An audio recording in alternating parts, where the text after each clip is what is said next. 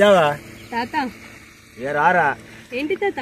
యో నీకు ఒక్క మొక్క గురించి చెప్తుందా? ఏం మొక్క తాత అది? యో ఇది పాల సముద్రం మొక్కరా. పాల సముద్రమా? అంటే దీనికి 3 పేర్లు ఉంటాయి. ఏంటి తాత అవి?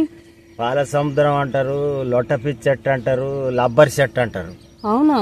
కానీ దీంతో మంచి ఉపయోగం ఉన్నది, కానీ నష్టం ఉన్నది. నష్టం ఏంటి తాత? నోట్లో ఏది అంటించుకోవద్దు దీన్ని. పాల సుక్క గాని ఈ చెట్టుది శుభ్రంగా చెయ్యిలు కడుక్కోవాలి. ఈ చెట్టు ముట్టుకుంటేనా? ఈ చెట్టు ముట్టుకుంటే అయితే దబ్బన ఒకవేళ తేలు కుడుతుంది చూడు, తేలు కుడితే దీని పాలు తీసి ఆ కుట్టిన చోట రాయాలి. రాస్తే ఆ తేలుది ఎక్కకుండా మీదికి పైకి పాకకుండా ఉంటది. విషమా? విషం. తేలు విషం పైకి ఎక్కదు. ఇది రాస్తే ఎక్కది, కానీ నోట్లే అంటద్దు. నోట్లో అంటద్దు. మంచిగా రాసుకొని శుభ్రంగా చెయ్యిలు కడుక్కొని శుభ్రంగా ఉండాలి. దీన్ని నోట్లే అనేది అంటది. ఇది విషమైన చెట్టు ఇది. అంత డేంజర్ తాత? అంత డేంజర్ చెట్టు ఇది. అయ్యో. ఇక మళ్ళా ఒక గడ్డ పుడుతుంది చూడేనన్న.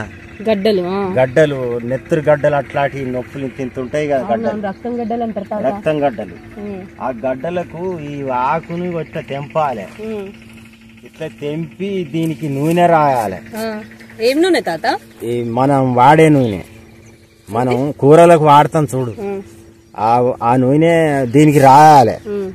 రాసి ఇక కొంచెం గిట్ట రంధ్రం చేయాలి. ఇట్లా ఆ గడ్డ మందం చేసి ఇట్లా వేడి చేసి ఇట్లా పెట్టాలి. 2-3 రోజులు ఇట్లా పెడితే ఆ గడ్డ ఎంత సిపాయి గడ్డ అయినా గాని అది దగ్గర గుంజుకొచ్చి దాని పలుకు లేకుండా బయటికి వస్తుంది. అవునా? రక్తం గడ్డలు పోతాయి? రక్తం గడ్డలు పోతాయి దానికి. అవునా? అంత ఉపయోగమైన చెట్టు ఇది. అవునా? కానీ దీన్ని నోట్లో పెట్టుకోవద్దు. నోట్లో పెట్టుకోవద్దు.